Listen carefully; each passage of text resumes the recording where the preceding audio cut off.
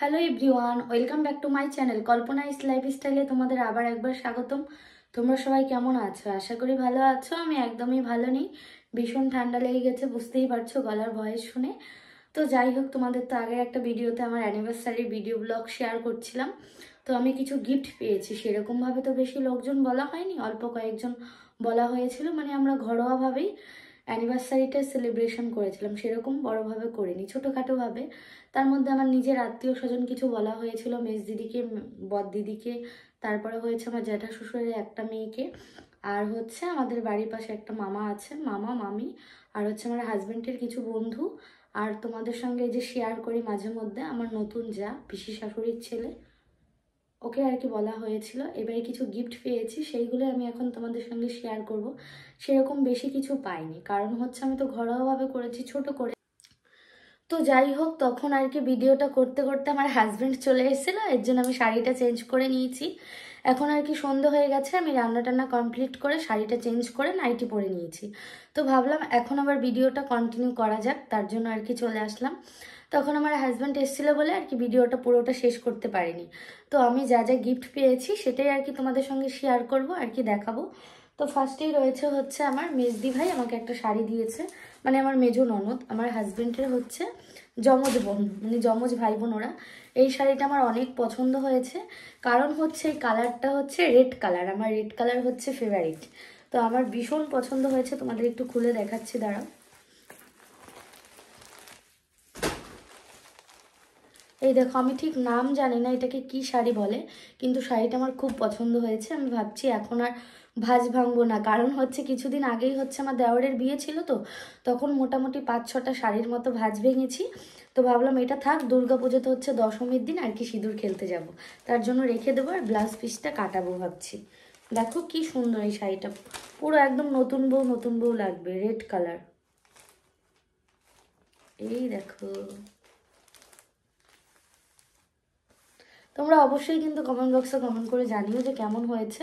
আমার কিন্তু ভীষণ ভালো লেগেছে।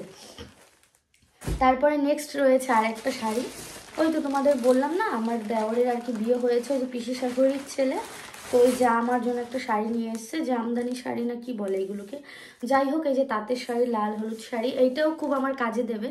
সেটা হচ্ছে সামনেই রয়েছে হচ্ছে দোল পূর্ণিমা, হোলি উৎসব। তো ওখানে ভাবছি এইটা পরে আর কি ভিডিও শ্যুট করা যাবে কিছু। তো এরকম শাড়ি আমার অনেকগুলো রয়েছে, আগে 2-3টে পেয়েছি, সেইগুলো পরে ভিডিও করেছি, এই একটা রয়েছে। তো যাক, ভালোই হলো, এটা পরে ভিডিও শ্যুট করা যাবে। তারপর আমার আর একটা ননদ, জ্যাঠা শ্বশুরের মানে মেয়ে, বড় মেয়ে, সে আমাকে একটা শাড়ি দিয়েছে, এটাও ইয়েলো কালারের শাড়ি। তো তোমরা অনেকেই দেখে থাকবে আমি ব্ল্যাক কালারের একটা শাড়ি পরেছিলাম, তো এটা হচ্ছে ইয়েলো কালার। এই শাড়িগুলো সত্যি কথা বলতে আমার ভীষণ পছন্দ। তো অনেক হয়তো ভাবতে পারে যে হচ্ছে বেশি একটা দাম নয়, কি আছে, কিন্তু এই শাড়িগুলো সত্যি কথা বলতে আমার অনেক অনেক পছন্দ, আমার খুব ভালো লাগে। তো এইটাও হচ্ছে আমার হোলি খেলাতে খুব কাজে লাগবে, মানে খুব ভালো হবে। দাঁড়াও, ভাঁজ করে রেখে দিই, নয়তো ভাঁজ করতে না খুব অসুবিধা হয়। তারপরে রয়েছে আরেকটা শাড়ি লাস্ট, সেটা দিয়েছে হচ্ছে আমার বড় ননদ মানে বদ্দি ভাই। তো সেটাও খুব ভালো, এটা হচ্ছে জামদানি শাড়ি বলে যাকে বলে, ওই যে হচ্ছে কি জামদানি আমি ঠিক জানি না, তসর না কি বলে, ওই তো যাই হোক, এটা হচ্ছে রানী কালারের জামদানি শাড়ি। তো এটাও খুলে দেখালাম না, এটাকে কি খুলবো, সবাই তো জানো জামদানি শাড়ি কেমন হয়। তো এই শাড়িটা আমার অনেক পছন্দ, সব কটা কালারই ভালো মোটামুটি, তার থেকে বেশি পছন্দ হচ্ছে ওই দিদির কালারটা, মানে রেড কালার অ্যাকচুয়ালি আমার খুব পছন্দের কালার। তারপরে যেইগুলো রয়েছে সেইগুলো আরও কিছু গিফট পেয়েছি, বিশেষ করে সেরকমভাবে তো কোনো অনুষ্ঠান করা হয়নি, ছোটোখাটোর মধ্যে নিজেদের লোকেরাই এই 4টে শাড়ি দিয়েছে, 4টে ননদ 4টে শাড়ি দিয়েছে, 4টে না 3টে ননদ 3টে শাড়ি দিয়েছে, আর একটা দিয়েছে হচ্ছে ওই যে আমার যা নতুন যা, আর কিছু জিনিস দিয়েছে। তো সেটা হচ্ছে বদ্দি ছিল বলে বদ্দিকে দিয়ে আনবক্সিং করিয়েছি, আর আমি হচ্ছে ভিডিও শ্যুট করেছি। তো খোলার পর আমি আরেকবার দেখিয়ে দিচ্ছি। দিয়েছে হচ্ছে আমার হাজবেন্ডের হচ্ছে বন্ধুরা সবাই মিলে দিয়েছে। তো খুব সুন্দর, এই প্লেটগুলো খুব কাজে লাগবে। সেম কালারের দুটো কফি মগ আছে, আর রয়েছে হচ্ছে একটা ডিনার সেট, এটা হচ্ছে আমার ডিনার সেট। এটা দিয়েছে হচ্ছে যেমন মামা শ্বশুর আছে পাশেই আর কি, ওই মামারা দিয়েছে। তো এই ছিল আমার অ্যানিভার্সারি গিফট, সেরকম বেশি কিছু ছিল না।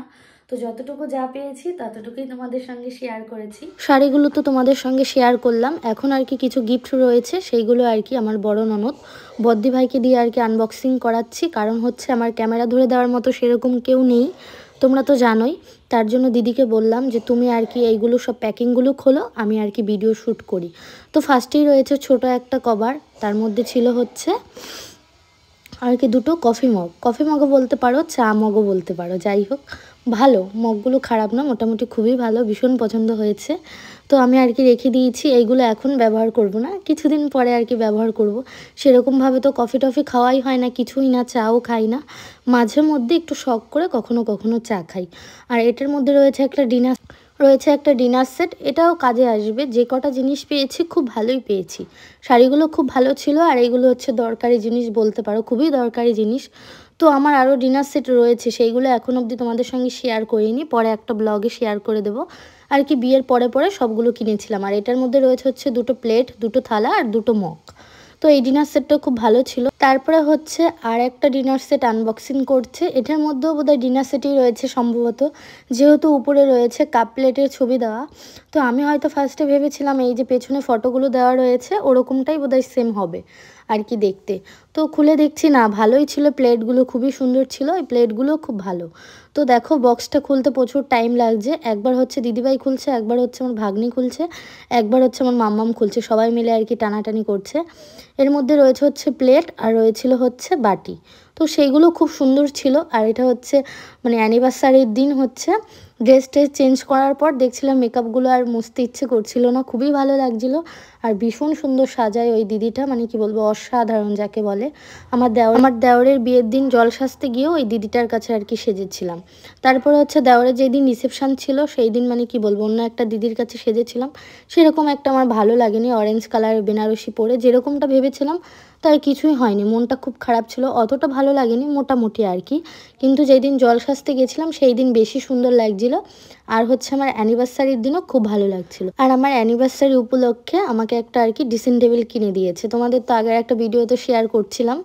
আর এই যে হচ্ছে আমার ঘরের অবস্থা খুব এলোমেলো হয়ে রয়েছে, আমি আর কি সেটাই তোমাদের সঙ্গে একটু শেয়ার করলাম। এইগুলো অনেক দিনের ভিডিও, কি হয় বলো তো, ভিডিও এডিট করার সময় না এক এক সময় এক এক জায়গা থেকে এক এক টুক চলে আসে, তারপর সেইটুকু এডিট করে দিতে হয়। এখন অবধি সেরকমভাবে পাকা ক্লিয়ার হয়নি, ভিডিও এডিট করা বলো বা হচ্ছে ভিডিও ছাড়া বলো, এখনও সেরকম কিছুই জানি না। তাও যতটুকু যা পারি ততটুকুই তোমাদের সঙ্গে শেয়ার করি। আর এই যে দেওরের বিয়েতে এসেছিল আমার বড় ননদ বদ্দি ভাই, তো যাই হোক এই যে এখন চলে যাচ্ছে, পুরো বাড়িটাই হচ্ছে ফাঁকা ফাঁকা। বেশ কয়েকটা দিন সবার সঙ্গে খুব ভালোভাবেই লাগছিলো, ভালোভাবে আনন্দ করেছি। আমার অ্যানিভার্সারিতে দিদি আর কি রান্না টান্না সব কিছু করেছে, আর এই দিদির জন্যই আর কি করা হয়েছে, নয়তো সেরকমভাবে কিছুই করা হতো না। আর ওই যে ওটা হচ্ছে আমার ভাগ্নি, দুটোই ভাগ্নি, মানে দিদির ছেলে মেয়ে, তো এখন আর কি চলে যাচ্ছে। আমার দেওর আছে আর কি, ওই যে বিয়ে হলো ওর বউকে রেখে ও চলে যাচ্ছে ডিউটিতে। তো চলে যাচ্ছে বলে যে আমার শাশুড়ি যা নিয়মকানুন সেইগুলো করতে হয়, যখন আমার হাজব্যান্ড যায় তখনও আর কি এইগুলো করে। তারপরে রয়েছে হচ্ছে আমার মাম্মামের স্কুলে ভর্তি করাতে হবে, তার জন্য মাম্মামের স্কুলে যাচ্ছি আর কি, কথা টথা বলতে। ফার্স্ট দিন আর কি যেতে হবে, কি কি কাগজপত্র কি কি লাগবে না লাগবে সেইগুলোর জন্যই আর কি রেডি হয়ে নিয়েছি। তারপরে আর কি আমার হাজব্যান্ডের গাড়িটা আর কি একটু ধুতে হবে সার্ভিসিং করার জন্য, তার জন্য ও বললো যে আমি কিছুটা তারপরে গাড়িটা আর কি দাঁড় করিয়ে দেবো, তারপরে তুমি আর কি ওখান থেকে একা একা যাবে। আমি বললাম যে না আমি যেতে পারবো না, আমার পায়ে একটু ব্যথা ব্যথা আছে, জানি না হঠাৎ করে দুটো হাঁটু খুব ফুলে গেছে। আর এই যে দেখো পাপা আর ছেলে, কি বলবো, বাবা আর মেয়ে ফটাফট করে হেঁটে হেঁটে চলে যাচ্ছে, আমি একদম পেছনে রয়েছি, অনেকটাই পেছনে, ওদের সঙ্গে আর কি হেঁটে আমি পারছি না, আমার খুব কষ্ট হয়ে গেছে। কারণ আমার হাঁটুটা এরকম ফুলেছে, ভাবলাম ওর পাপা থাকতে থাকতেই ওকে স্কুলে অ্যাডমিশন করিয়ে দিই।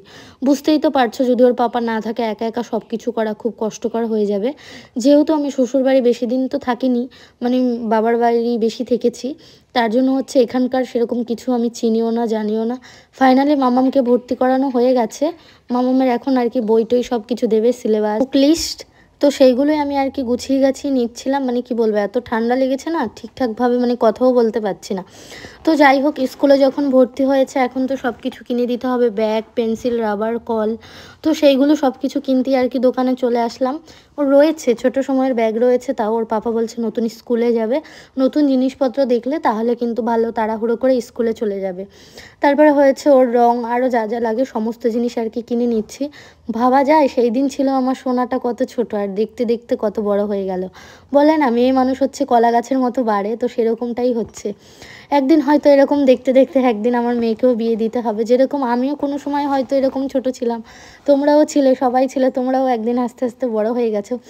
তো যাই হোক, সব কিছু ভাবলে খুব কষ্ট হয়। তাও এখন ভগবানের কাছে একটাই চাওয়া, তোমাদের কাছে একটাই চাওয়া, তোমরা আমার মাম্মামকে আশীর্বাদ করো মন ভরে, যে আমার মাম্মাম যেন মানুষের মতো মানুষ হতে পারে, এইটুকুই চাওয়া। এর জন্য আমার আর কিছুই চাওয়া নেই। বিশ্বাস করো, ওকে নিয়েই রয়েছে আমার যত স্বপ্ন, যত আনন্দ, যত খুশি, সবটুকুই আর কি ওকে জুড়ে। তো যাই হোক, এখন আর কি ঘরটর ঝাড় দিয়ে নিচ্ছি, পরিষ্কার করে নিচ্ছি, তারপর আর কি ওকে স্কুলে পাঠাবো। এখন অবধি ওর ড্রেস বানানো হয়নি, এখন আনড্রেসেই যায়, মানে বাড়িতে যেরকম নর্মালি ড্রেস পরে থাকে সেই পরেই আর কি ওকে পাঠানো হয়। তো ওকে অনেক কিছু মন টন ভুলিয়ে টুলিয়ে আর কি ব্রাশ করে তারপর আর কি ওকে পাঠাবো স্কুলে। সত্যি কথা বলতে এখনও তো ছোট, এখনও সেরকম বড় হয়নি। আর সব সময় তো আমার সঙ্গেই থাকে, যেহেতু ওর পাপা বাইরে থাকে, আমার সঙ্গেই বেশিরভাগ টাইম আর কি কাটায়। তো ফার্স্ট দিন স্কুলে একাই ছিল, কিছুক্ষণ থাকার পর আর কি কান্নাকাটি করছিল যে মায়ের কাছে যাব, মায়ের কাছে যাব। তো ওর ম্যাডামরা খুব ভালো, ম্যামরা বলছে যে আস্তে আস্তে ওর সব কিছু ঠিক হয়ে যাবে, চিন্তা করার কোনো কারণ নেই। তো এই যে আমাদের বাড়ির সামনে আর কি মাছ কাকা এসছে, তো মাছ কাকার থেকে আর কি মাছ নিয়ে নিচ্ছি। তো তেলাপিয়া মাছ নিয়েছি, আর ছিল হচ্ছে মাঠের কচু, আমার শ্বশুরমশাই একটা কচু তুলে নিয়ে এসছে, তো সেইটা দিয়েই আর কি তেলাপিয়া মাছ দিয়ে রান্না করা হবে। আর এই যে এটা তো তোমরা চেনোই, এটা হচ্ছে আমার হাজব্যান্ড, আর এটা হচ্ছে বড় হাজব্যান্ড, এটা হচ্ছে ছোট হাজব্যান্ড, মানে আমার ঠাকুরদাদা।